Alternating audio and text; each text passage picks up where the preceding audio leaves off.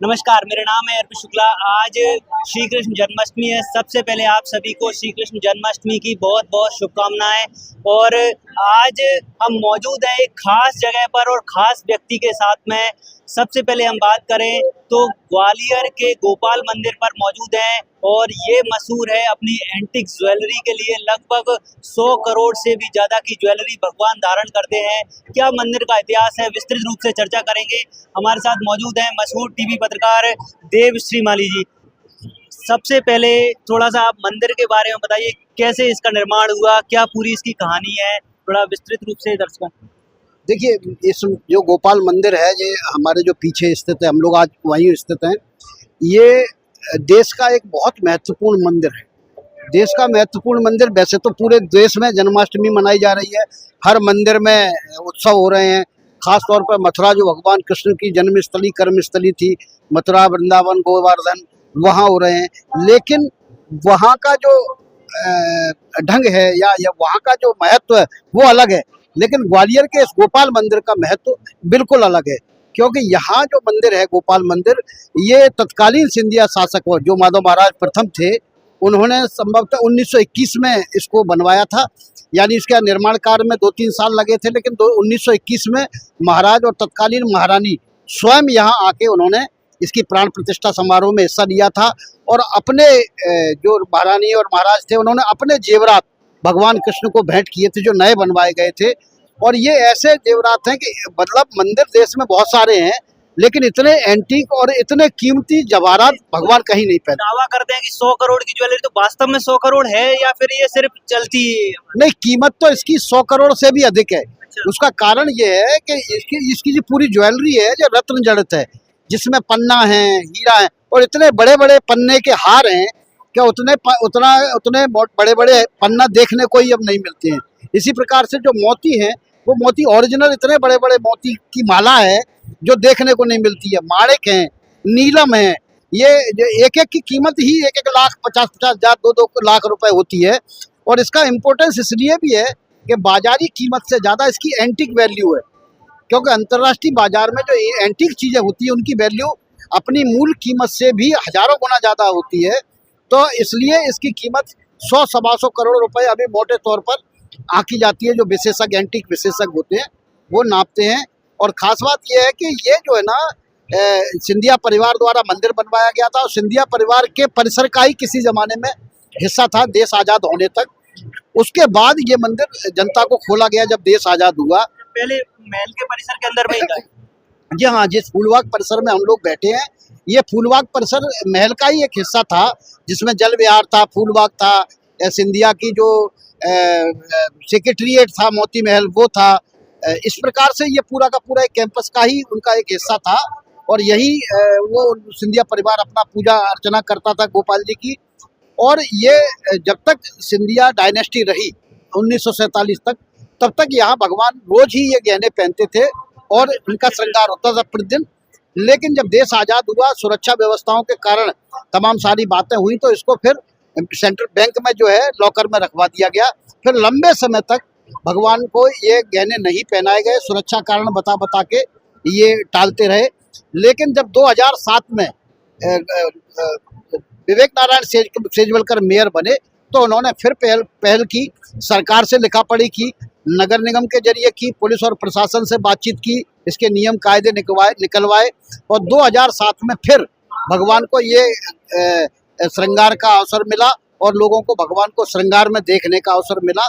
तब से लगातार हर जन्माष्टमी पर ये बैंक से निकाले जाते हैं और फिर आज रात तक, देर रात 12 बजे तक भगवान के दर्शन श्रृंगार में ही मिलते हैं। अभी आप बता रहे थे कि इस परिसर के चारों तरफ सभी धर्म के संस्थान हैं, तो कैसे ये सारी? बिल्कुल, देखिए, सिंधिया जो डायनेस्टी थी वो सांप्रदायिक सद्भाव में विश्वास रखती थी, क्योंकि उनकी सेना में भी बड़ी संख्या में मुस्लिम भी थे, फ्रांसिस भी थे, अंग्रेज भी थे। तो इस तरह से उन्होंने जब ये सांप्रदायिक सद्भावता का परिचय देते हुए अगर मंदिर का निर्माण करवाया, गोपाल मंदिर का निर्माण करवाया, तो इसी परिसर में यहाँ से 50 कदम दूरी पर अगर हम देखेंगे तो मोती मस्जिद भी है। ये गोपाल मंदिर है तो वो मोती मस्जिद भी है, उसे मोतियों वाली मस्जिद ही इसीलिए कहा जाता था।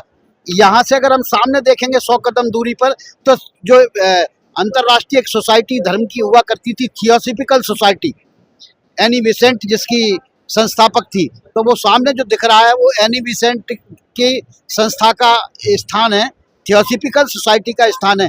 और अगर हम राइट साइड में देखेंगे यहाँ से तो ज़्यादा से ज़्यादा 500 कदम दूरी पर यहाँ गुरुद्वारा मौजूद है। सिख धर्म की दृष्टि से ग्वालियर बहुत महत्वपूर्ण रहा है, क्योंकि सिखों के 6वें गुरु हरगोबिंद सिंह साहब यहीं औरंगजेब ने बंद करके रखा था, दाताबंदी जिनको दाताबंदी छोड़ कहा जाता है। तो इसलिए यहाँ एक ही परिसर में और महल से ज़्यादा ये सारा का सारा मान के चलें कि 1000 मीटर की दूरी में ये सारे के सारे परिसर मौजूद हैं, जो पूरे देश में कहीं भी ऐसा नहीं मिलेगा कि एक ही परिसर में मंदिर, मस्जिद, गुरुद्वारा और थियोसॉफिकल सोसाइटी एक साथ मौजूद है। आज इस जन्माष्टमी है, भगवान श्री कृष्ण का जन्म दिवस है। आपको कौन सी बात उनकी ज्यादा प्रेरणा देती है, जीवन में महत्वपूर्ण लगती है? या फिर हम बात करें, कई लोग मानते हैं कि योगेश्वर श्री कृष्ण बड़े महान थे, कुछ लोग को रुचि बाल कृष्ण में आती है, तो आपको कौन से कृष्ण ज्यादा आकर्षित करते हैं? देखिए, भगवान तो एक ही है, लेकिन उनके अलग अलग रूपों का व्याख्यान हुआ। आज अगर हम देखेंगे तो सबसे ज्यादा पॉपुलर बालकृष्ण है, जो घर घर में लड्डू गोपाल रखे हुए हैं। हालांकि अगर हम इसका जानेंगे कि बालकृष्ण का वर्णन अगर हम वेद पुराणों में कहीं नहीं मिला है, उनका जो वर्णन मिला वो सूरदास ने किया। और सूरदास मुगल काल में पैदा हुए। जिस प्रकार से रामचरितमानस पूरे देश में प्रसिद्ध है, लेकिन रामचरितमानस राम के काल में नहीं लिखी गई थी, तब रामायण लिखी गई थी। लेकिन मुगल काल में पैदा हुए सूरदास की जो किताब है, जो ग्रंथ है, उसने भगवान राम को और ज़्यादा लोकप्रिय करा और घर घर तक पहुँचाया। इसी प्रकार से भगवान के जो बालकृष्ण का रूप है, उसको सूरदास ने जो है घर घर तक पहुँचाया, क्योंकि वो छवि जो है हर घर की छवि होती है। हर भगवान को, बच्चे में भगवान को लोग देखते हैं तो वो उसी से होता है। लेकिन भगवान का यही एक खास बात है कृष्ण की, कि वो 16 कलाओं से थे। उनका हर रूप अलग अलग समय पर सुंदर लगता है, कभी महत्वपूर्ण लगता है।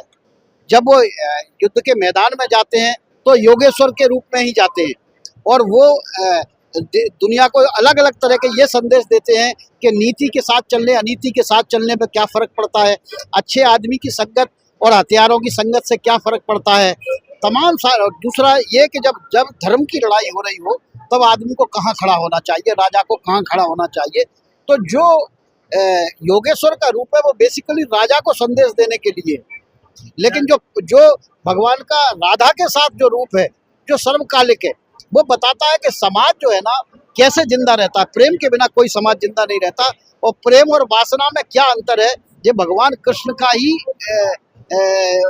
जो राधा कृष्ण से प्रेम है वो बताता है। क्योंकि आप देखिए, उनकी पत्नी रुक्मणी थी, लेकिन राधा का, भगवान कृष्ण का नाम रुक्मणी के साथ नहीं लिया जाता है और एक पवित्र रूप में लिया जाता है। कहा जाता है कि अगर राधा राधा बोल दो तो कृष्ण बोलने की भी जरूरत नहीं रहती। तो इस प्रकार से भगवान श्री कृष्ण का हर रूप बहुत महत्वपूर्ण है। बिल्कुल, आप आज देख सकते हैं भगवान श्री कृष्ण के बारे में भी जाना, गोपाल मंदिर के बारे में भी हमने जानकारी प्राप्त करी है। और आपका इस चर्चा के बारे में जो भी सोचना, अपनी राय आप कमेंट बॉक्स में जरूर लेके आओ। बने रहे हमारे साथ, बने लाइव का।